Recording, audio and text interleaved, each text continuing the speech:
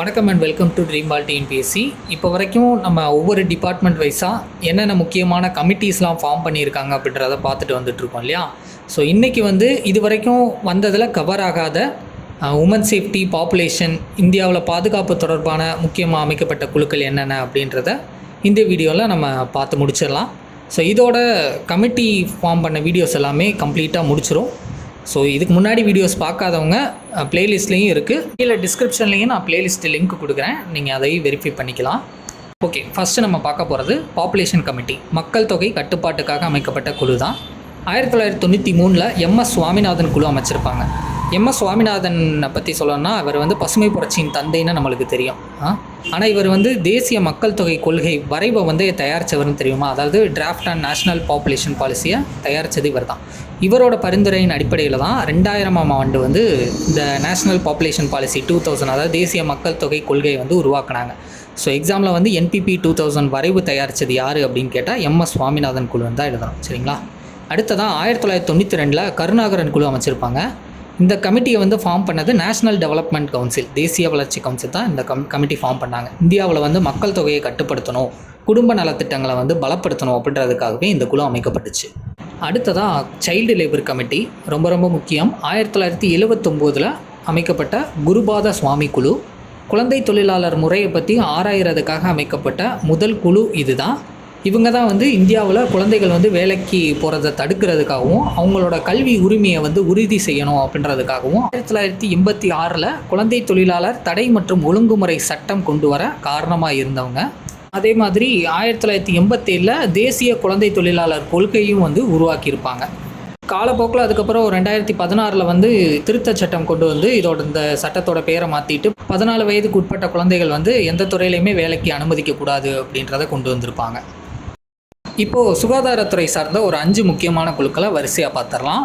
1943 start பண்ணி 1946 அறிக்கை submit பண்ணிப்பாங்க. ஸோ அதனால் அது கிராஸ் பார் போட்டு அதை சேர்த்துருக்கோம். போர் குழு, இவரோட ஃபுல் நேம் பார்த்திங்கன்னா ஜோசப் வில்லியம் போர்.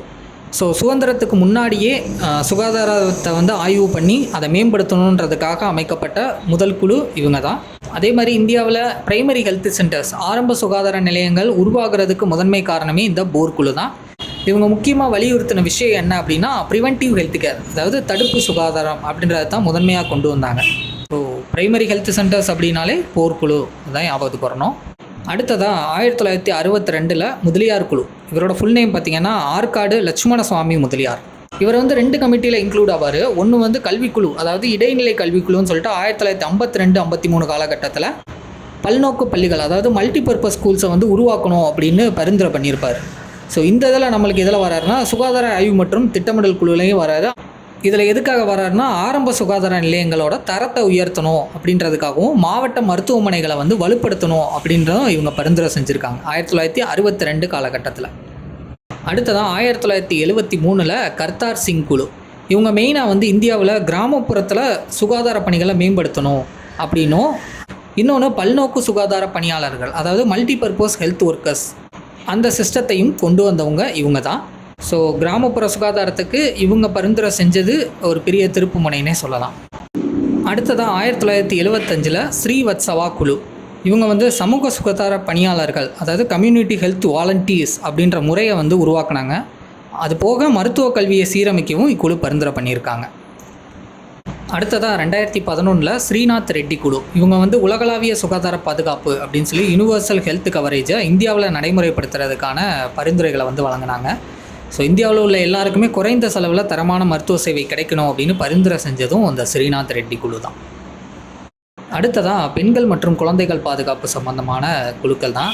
1974 புல்ரேனு குஹா குழு அமைச்சிருப்பாங்க. இவங்க சப்மிட் பண்ண ஒரு ஸ்பெஷல் அறிக்கை சமத்துவத்தை நோக்கி, அதாவது டுவர்ட்ஸ் ஈக்குவாலிட்டி, அதாவது இந்தியாவில் பெண்களோட சமூக பொருளாதார நிலையை முதல்ல வெளிச்சத்துக்கு கொண்டு வந்த ஒரு வரலாற்று சிறப்புமிக்க அறிக்கை இவங்க தாக்கல் செஞ்சுருக்காங்க. அதான் சமத்துவத்தை நோக்கி அப்படின்னு. ஸோ சமத்துவத்தை நோக்கி அப்படின்னு டுவர்ட்ஸ் ஈக்குவாலிட்டின்னு வந்தாலே புல்ரேனு குகா குழு 1974. அடுத்ததான் 1997 விஷாகா கைட்லைன்ஸ். உச்சநீதிமன்ற தீர்ப்பு மூலமாக பணியிடங்களில் பெண்களுக்கு நடக்கிற பாலியல் துன்புறுத்தல்களை தடுக்க ஒரு வழிகாட்டுதல்கள் வழங்கினாங்க. ஸோ இதைத்தான் விஷாகா வழிகாட்டுதல் அப்படின்னு கொண்டு வந்தாங்க. இதை பின்னால் 2013 போஸ்ட் ஆக்ட்னு மாறிடுச்சு அது வந்து. ஸோ அந்த போஸ்ட் ஆக்ட் வர்றதுக்கு காரணமாக இருந்தது வந்து இந்த விஷாகா வழிகாட்டுதல் 1997. சரிங்களா?